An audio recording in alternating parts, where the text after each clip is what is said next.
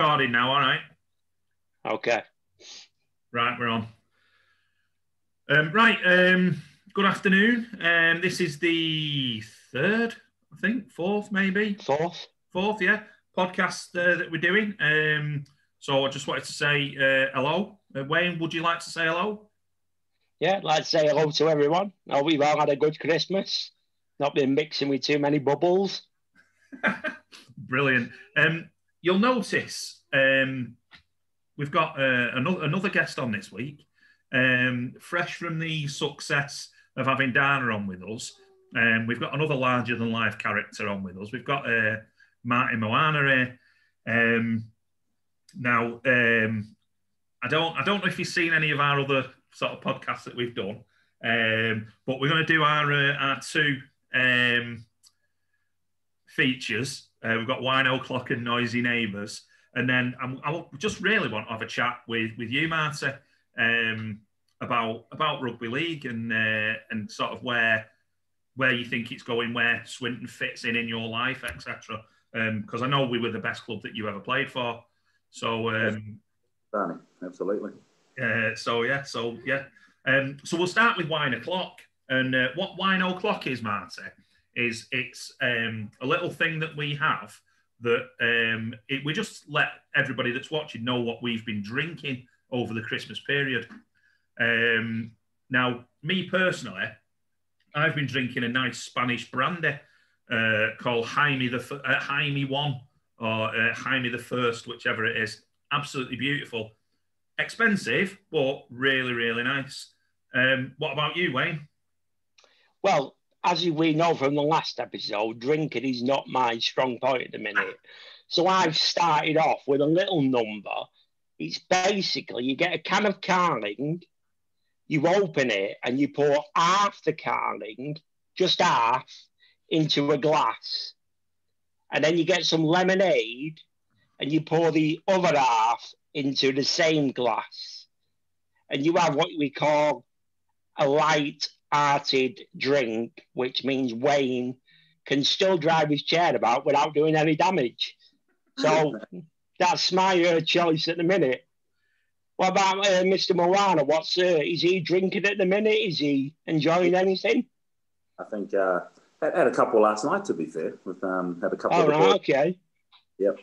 Obviously on our own bubble. I think we got through a couple of spice rums, bit of Kraken, bit of Atlas, bit of San Miguel. So yeah, it was a good night. San Miguel, good choice. Yeah, good choice. So fresh as a daisy now. Fantastic. Absolutely. Yeah. Right, just before we do move on from Wine O'Clock, what's that cocktail called that you drink, Wayne? I don't really. I think it's one I made up. I don't think there's an actual name for it. Right. Yeah, I made it up completely on myself. Yeah. Fantastic. So anyway, let's move on from that because I'm going to get a lot of grief from that. So we'll just move on. Super. So moving on to our noisy neighbours. Obviously, Salford. Now, it pains me to say this, but from what I'm seeing coming out of Salford, they've actually made some really good signings. You signed a Kiwi over the weekend, didn't they? Elijah Taylor? Yeah, and he's a good one. And it's really... It looks the part, doesn't it? Yeah, it's making me worried that they're actually assembling a really good squad. What do you think of what's going on over in Salford, Marty? Yeah, they seem to be. I know they lost a few players to other clubs, and some of their decent players have sort of moved on, but they seem to be making some decent signings. If I don't do this year, but I'll be probably down the bottom like usual. So it's one of them, isn't it? Hopefully it just doesn't all stick together. But like I say, they look like they're going to have a reasonable 13.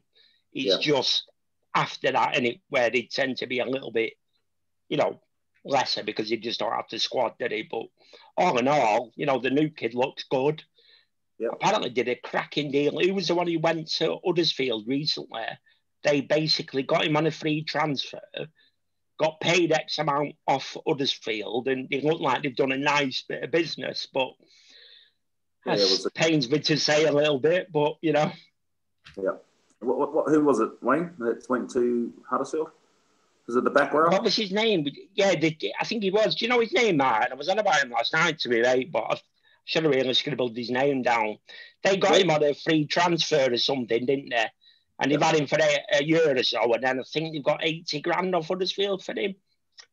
Yeah, I think it was his second row word. I can't remember his name. I should really know this, Martin, but you put me on the spot there asking names. I've just been Googling it and I can't pull it up quick enough. So it's nice to see he's on there somewhere, yeah.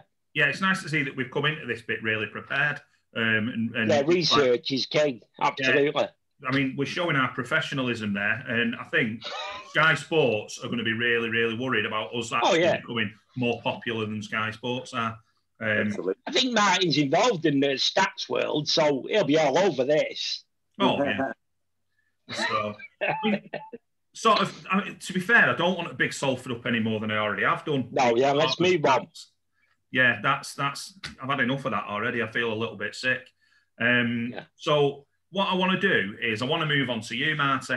Not for the first time in my life. Before, in fact, I was going to leave funny stories till last, but there's a story between me and you, Marty, that you've probably forgotten about. But I dine out on this still. And it was sort of where a lot of people might not know. Me and Marty used to work together at Swinton. So there was me, Marty, a lad called Ryan Thaddeus, who's a Salford fan, but don't hold that against him. He's a top lad. And then Dave Bradshaw under the kids.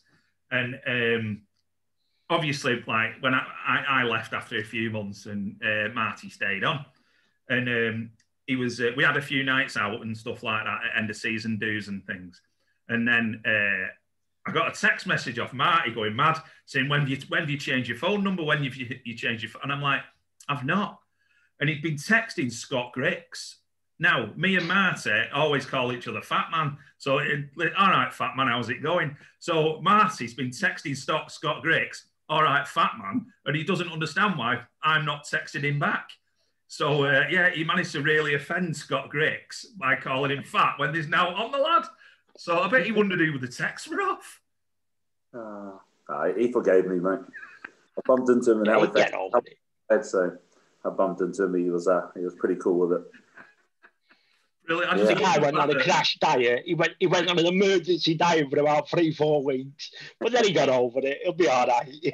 Really? I just love the fact that Scott Grix was getting text messages that went for me. It sort of made my life. Mate, I'll tell you what, you've trimmed down loads. So, well, I mean, you can't be fat all your life. You've got to get to the point where you do start trimming it down, haven't you? So I'm still about 2 stone above, though, for the ones that still think I'm still fat. Don't worry. So obviously you were at Swinton for a few seasons. But looking back on your career, Marty, who's the best coach that you've ever played under? There's a couple of coaches, to be fair, but I suppose the one that stands out was John Pendlebury. He coached us at Halifax. He's a weird character, to be fair, but most coaches are, as you know, Barney. He was one of those guys that didn't say much. But when he came into the room, you knew straight away he meant business. But I think just the sort of tactics, his thought process, the way he was, he was pretty good. We had a couple of good seasons under him. Yeah. When he came to Halifax. But I think John Pendlebury up there with him. Yeah. So now, a lot of interviews you've probably done over the years, we'll just move on at this point and then ask you another question. But I'm going to turn that question on its head. Who's the worst coach you ever played under? There you go, Martin. And you thought it was going to be an easy day, didn't you?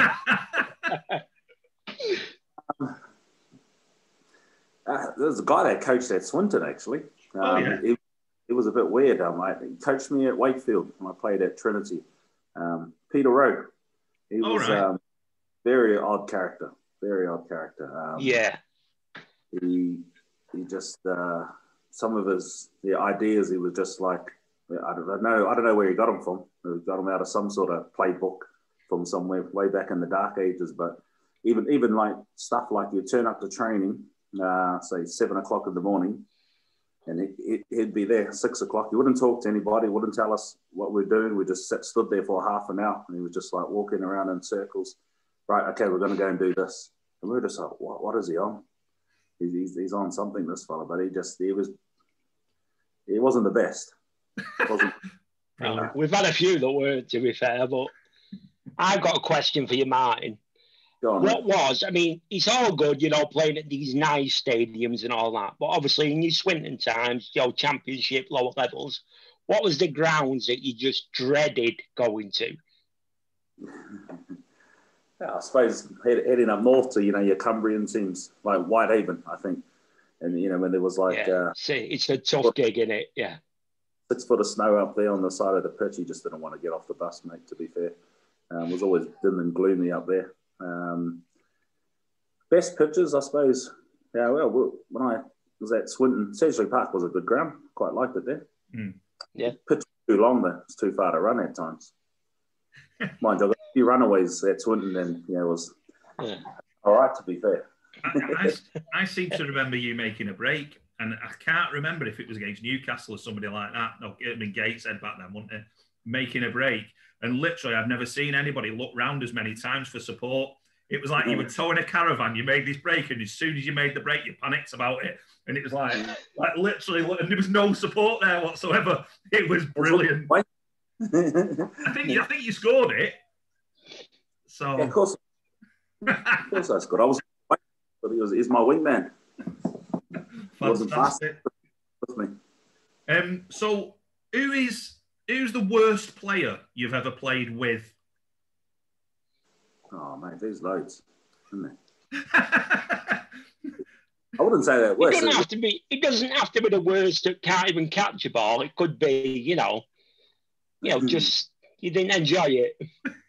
I wouldn't say worse. I played with a lot of loose cannons. There were some guys that, like your Paul Davidsons, who played with us at Halifax. He'd guarantee he'd give away 10 penalties a game. And he was the worst.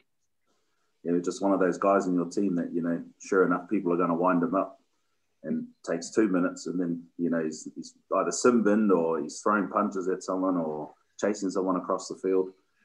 He was a bit of a character. I don't think there's any players that are playing at sort of semi-pro or professional level. They're in there for a reason, so they can't be all that bad. Yeah. That's good. That's a good ball. Who's the best player you played with? Who was like the standout player, the one that you knew was going to have a good game week in, week out? We're talking Swinton? Swinton and or in your career? Mate, I played with guys like Greg Alexander at the Warriors and stuff like that, Dean Bell, them sort of characters. And they were awesome back in the day. I think looking at sort of playing at Swinton, you got guys week in, week out that perform like your Wayne Englishes and stuff, guys like that. They were class on their day. Woody, Ginger Woody, Phil Wood. He was class when he came to us. Swinton, good player. Didn't he retire to? Was it the police or something like that he went into? Because he didn't see his career out. Did he get a knee injury and then retire or something? Yeah, I'm not sure what he's doing now, Barney. But I know he works away a lot. He's up in Scotland a lot. Yeah, and sort of him over sort of social media and stuff like that. But he was a good player. Our mate Mark. Go on, sorry. Marlon Billy, he was class on the wing. Yeah. I mean, he was a bit of a fan's favourite, Marlon, weren't he? Yeah. So, I've just noticed the camera's going absolutely off its head. Yeah, you've got a bit of sunlight coming in, Barney. Everything's shining on you. On my forehead. So, So, I mean, the other day I spoke about Brandon Wood, who was a young lad who played on the wing for us. We only got a couple of games out of him. Obviously, then COVID stopped the season. And now I think he's probably, if he's 21 years old, I'd be surprised. And he's left the game to go and do things outside of the game. If you could put your arm around a young lad and say about that, who was in that making that decision, what would you say to him about staying in the game? End of the day, I think if the game's tough enough as it is hard. And then nowadays, you know, the money's not sort of around in the game for these young guys coming through. For me, you know, if he was thinking of getting out of the game or he's left the game, just say, you know, if you wanted it and to play pro and wanted to go to Super League level, you just got to work hard. You train hard, work hard. What's he doing, Barney? Is he left? Is he actually left? So he's jacked it in, not gone to a different club. I think it just said like work opportunities, didn't it? Sort of thing. Yeah. So just not playing the game. Yeah, I suppose it must be a difficult choice, you know, to like give up, especially rugby league. If you love the sport and you want to play the game at a professional level, it must be difficult. But at the end of the day, you do finish footy. You know, you've got something to fall back on. Yeah. And work is, you know, paying the bills and so. And, you know, he's got a good career opportunity, and, you know, I'd sort of advise you have to go for it. For rugby, he'll always be there, and he can play at, you know, sort of like club level. Where's he from? The local lad? We got him from Rochdale, didn't we? Yeah, he come from Rochdale. I'm not sure where he's come from them sort of thing. Yeah. He come through the team that Wayne English was at. What they call it? Is it Mayfield? Mayfield. Yeah. So I'm sure we got him. Like he went to them from Rochdale. Right. Have you got any? I mean, like I say, I told like that. The Scott Grick story for me always makes me smile because it's like my favourite rugby story ever. I've dined out on that for years. And what's your sort of funniest thing that's happened to you in the game then? Because I think being with a load of lads every day of the week, it must be bonkers things happen. Yeah, can we broadcast this on this podcast, bud? Mate, we can do what we want. We can say whatever we want, mate. Where's this podcast going? It's going on YouTube. Try not to use any extra. Nobody watches it. Nobody watches it, Martin. Just say whatever you want. Yeah, whatever. It'll come back on the backside. Funny stories, mate. We used to do preseason training over in Lanzarote, a place called Club La Santa, and with Halifax. So we used to go there January time for like 10, 12 days, bit of warm weather training and stuff over there. We flew into Lanzarote. It was like a crosswind, and at the best of times when you fly into that airport, planes all over. So the plane's going into land, and it sort of like bumped and crashed, and it took off again. We couldn't land, so we had to do a loop around. Came in, landed, and there were like people crying on the plane and stuff, and one of the guys kept tapping our head trainer on the back of the head, and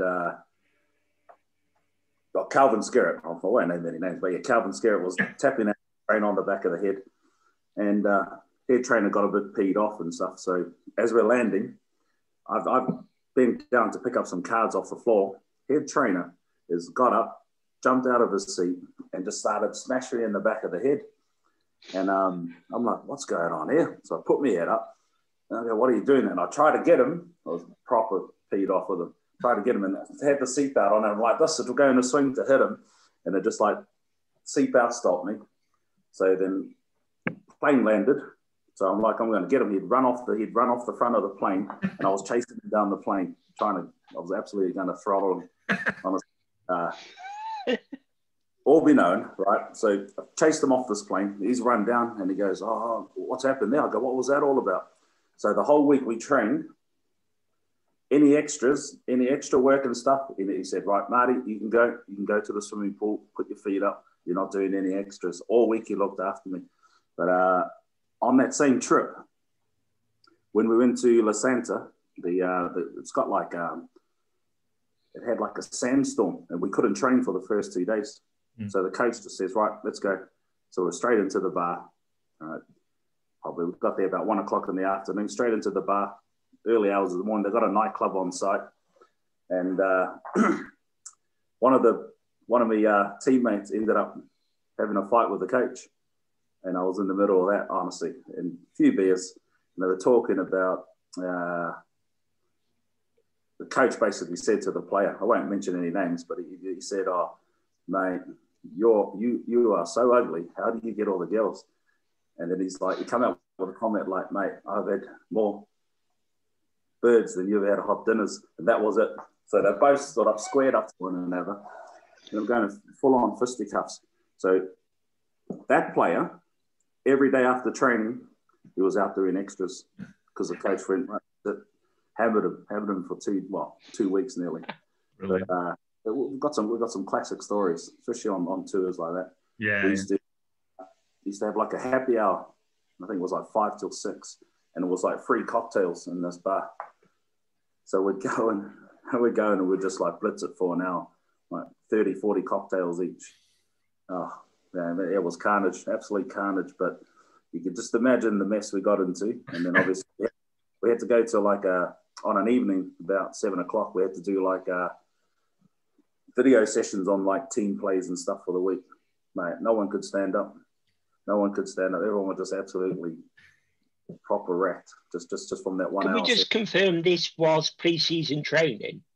Yeah, it sounds like it's definitely gone awry. Yeah, what it was all about. Sort of makes it breaks. But sorry, Brian. Speaking about pre-season training, how much of it is bringing everybody together? As much as the fitness and all that side, how much is pre-season training about getting all the lads together as a team? And obviously you're going to have to help each other out for the season. Is that part of pre-season training as well, do you think? Yeah. There were sort of like days off where we sort of did team bonding, where we'd go over out and have a few drinks and stuff. But really most of it was pretty much business. But it was just that one time when there was a sandstorm, so we couldn't train. So we had 2 days basically just on the tips drinking for 2 days solid, to be fair. And that sort of brought the team together. It is. It's a crucial part, I think. With pre-season training, you've got to have that team bonding session. You've got to gel with your teammates and stuff. And don't get me wrong, there's always one or two, knobheads in the team, but they sort of come out of their shell when they get a few beers down them, and you see a different side to them. So it's quite nice when players, when we do get together and have those team bonding sessions. Brilliant, superb. Now you do obviously your career finished a few years ago. And you're still doing a bit with Sky, aren't you? Yeah. Still working with obviously John and Paul, our director when I was at Swinton. The kid regime. Still do a bit with them. So it keeps me busy, keeps me in the game, and sort of like up to sort of date with players that are coming into the country, overseas players, that sort of stuff. It's quite a good gig, to be fair. It's, sort of meeting a lot of the new Aussie and Kiwi boys that come over. Like I say, I love the game, and I love you still being part of, that sort of part of Super League, I suppose. And it's nice to get to, like, when they do have it, like the championship weekend that we had in Blackpool, those sort of things. It's good to see Swinton. Good to, see Swinton doing well and stuff. And they seem to, like, bring on a lot of good young players, and these Super League clubs snap them all up. They take them away from you. We were saying exactly that last time we had a chat, because we were saying that I'd rather us do that. I'd rather us bring these young lads in, develop them in Super League clubs, take them off us, because it shows that we're doing something right. And I think Stu and Alan at the moment are doing absolutely brilliant with that front. Wigan are saying good things about us. The lads that are leaving are saying good things about us. So I like that. And I'd rather have young, hungry kids come in wanting to go into Super League and using us as that stepping stone. And for me, that's what it's all about. So that's obviously not your full-time job. So what is it that you do sort of Monday to Friday? What keeps the wolves from the door in your life then? I've been working with kids in care. I've been doing it since about 2003. So even when I was still playing, I sort of had my hand in it, got all my qualifications way back then. So I've been doing that for the last 17 years, really. So I look after kids in care. Brilliant. Work 3-4 days a week. Keeps me busy. Yeah. And then obviously guy stuff. Real rewarding, I think, in the service that I work in. A lot of ex-rugby league players are in the same game. I'm just trying to think. I got Marlon Billy into it, but then obviously he left and he's gone to the coaching part of it. It's quite a few guys. Ian Sinfield, he's the one that does casual work and stuff with us. Yeah. There's quite a few boys that I know that used to play pro. Have gone into that. And for me, for any of the younger players, it's always good to have a trade to fall back on. So yeah, I got my stuff. I've done it all when I was like 2003, 2004, and I was still playing. And then I just used to do it casual. And then when I retired at Swinton, I went full time back in 2010. Been doing it ever since. Yeah. Keeps me out of trouble. Good stuff. Would you ever consider going into coaching yourself? No. Next question. Yeah, nice and honest. Can't ask for more than that's that. fair enough, yeah.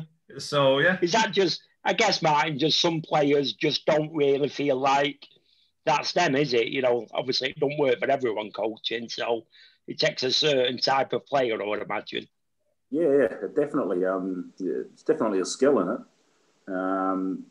For me, coaching kids and stuff like that. I coached my lad and that going through like the junior grades. Right.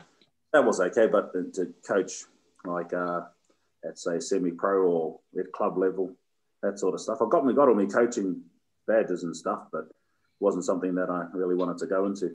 Plus, when you coach, you know, like say if you were to coach like a club team, mate, adults they don't listen. So I don't really. Fair enough, then. Yeah. So you mentioned your lad then. I think last time I heard, was he at Leeds Carnegie? He was, he played. He was with the Rhinos. He did their academy, 15s, 16s, and then he switched codes. He went to rugby union. Went to the dark side, Barney. So what can I say? How's he getting on with that? Can you let that happen? I know. What was out of my control, Wayne. He was away at university, so they didn't play league there, so he had to go and play union with his mates, and then he just stuck with it. He still plays now. Plays union just for a local club. Right. They were paying him every time he came back to play. So it was a half decent number for him, but yeah, he's just he's got no real desire to sort of kick on to the professional level. He's just cruising, really. He's just going with the flow of the kid. Fair enough. You can have you ever done union or sorry, man? Have you ever done union, Martin, or have you always been league, or did you do union, you know, earlier on, or? No. Brought up in a rugby league town, Wayne. Back in New Zealand, little coal mining town. This seems to be the thing. That was it. You either worked in the mines and come out and played league. There was union, but I didn't like it. Crap. Yeah. But union's our national sport in New Zealand, but if you depends where you're brought up, whichever town you're brought up in. If it's a league town, that's it. You play league. End of. So I played league, obviously, since I was 4.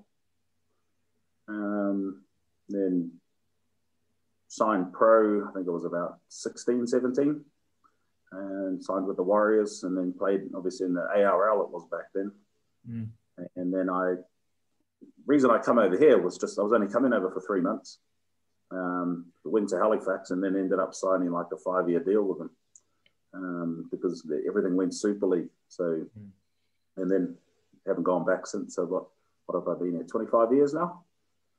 Not bad from 3 months. Yeah. When I retired at Swinton, I went and played union. Played for a couple of clubs. They offered good money, so I did like 2-3 seasons playing union, and then now I just play like just social stuff, rugby union, because it's easier. I play in the backs and centre, so centre. Yeah. Fair enough. Yeah, it's easy enough. I think you make tackles, and then if you want the ball, you just shout out to the team, mate, give me the ball, and they'll just give you the ball, and then you just. Brilliant. So thank you for that, Marty. I think, as being a Swinton fan, we have these players coming in and doing a few seasons with us and then going away, and you never really see what happens next to them. I mean, it's not like football where everybody's like, once you're famous, you're famous. Rugby league's a very different story, isn't it? So people go sort of under the radar. And I think it's sort of testimony to the game and how approachable our players are, and the fact that the likes of me and you, like nearly 15 years ago that we worked together, still mates. And I think that says a lot more about the sport than it does sort of about anything else. It's that sort of camaraderie, that friendship, that it's actually nice to see. Now, anything else? Sorry, mate. Totally agree with you. Yeah, cheers. I think the approachability of fans to players in rugby league is what separates it from football, isn't it? It just, like in the players' bar, on normal bar, just the fact that you can speak to the players and they'll have it on Facebook and they'll message. It's just good that players can approach sort of fans and the other way around as well, especially young kids. Like when I was a young kid, to talk to a player was like wow sort of thing, you know what I mean? So young kids who come now to get to speak to a player after a game or whatever, it must be great for them, and that's something the game should sort of definitely keep hold of and even push forward. So it's a good thing. Yeah, absolutely, mate. I agree. Like you make friends in rugby league, and the rugby league family, you're friends for life. Yeah. And I remember coming over here. I remember they used to give you those tie-ups for your socks, and we used to give them to the kids after the game, and they loved them. They absolutely loved them. I remember that. Yeah, I remember it. Yeah. Sort of stuff. And now I look back and think, what did I want 40 pairs of tie-ups for? I don't really know what I wanted them for, but I used to get them all the time, like going back to Station Road and what have you. I don't really know what they were for. Well, I can remember running onto Station Road once to get Scott Ranson's tie-ups. Now, you had to be quick to get Scott Ranson's tie-ups anyway, but I can remember it was absolutely, the pitch was like a quagmire. It was about 3 meters deep in mud, and I went running over to get his tie-ups, and I was first there. And I put the brakes on to stop, and so I didn't hit him, and I just went absolutely sliding into him and smashed right into him. I ended up on my backside, and this girl comes running up and takes his tie-ups off him. I was absolutely fuming. I was gutted. Story of your life, that bad. Well, yeah, that's it, innit? But I mean, could you imagine if I'd have smashed him and that'd have been ace? That absolutely wiped him out. Injured him for the next game. So yeah, that's it. I might have got a contract out of it back then. So yeah, right. Well, we've probably kept you for long enough here, Marty. I think we've done nearly an hour now. So I just want to say thank you very much for coming on. We're going to try and get more people on, and obviously we'll have you back in the future if you're ever free. And so yeah, we're going to try and get more people on and try and make it a little bit more accessible. So thank you for coming on. Anything to add to that, Wayne? Definitely, yeah. Thanks a lot, Martin. It's good speaking to you. I'll see you every now and again, but we've not spoke for ages. So thanks for coming on. Finally, we get a bit of credibility on the podcast with a true Swinton great on. So, like I say, all the best to you and your family for the new year and we'll speak to you again soon. Yeah, likewise, boys. All the best for the new year, mate. Yeah, Cheers, Martin. Thanks a lot. See you later. Take care. See you guys.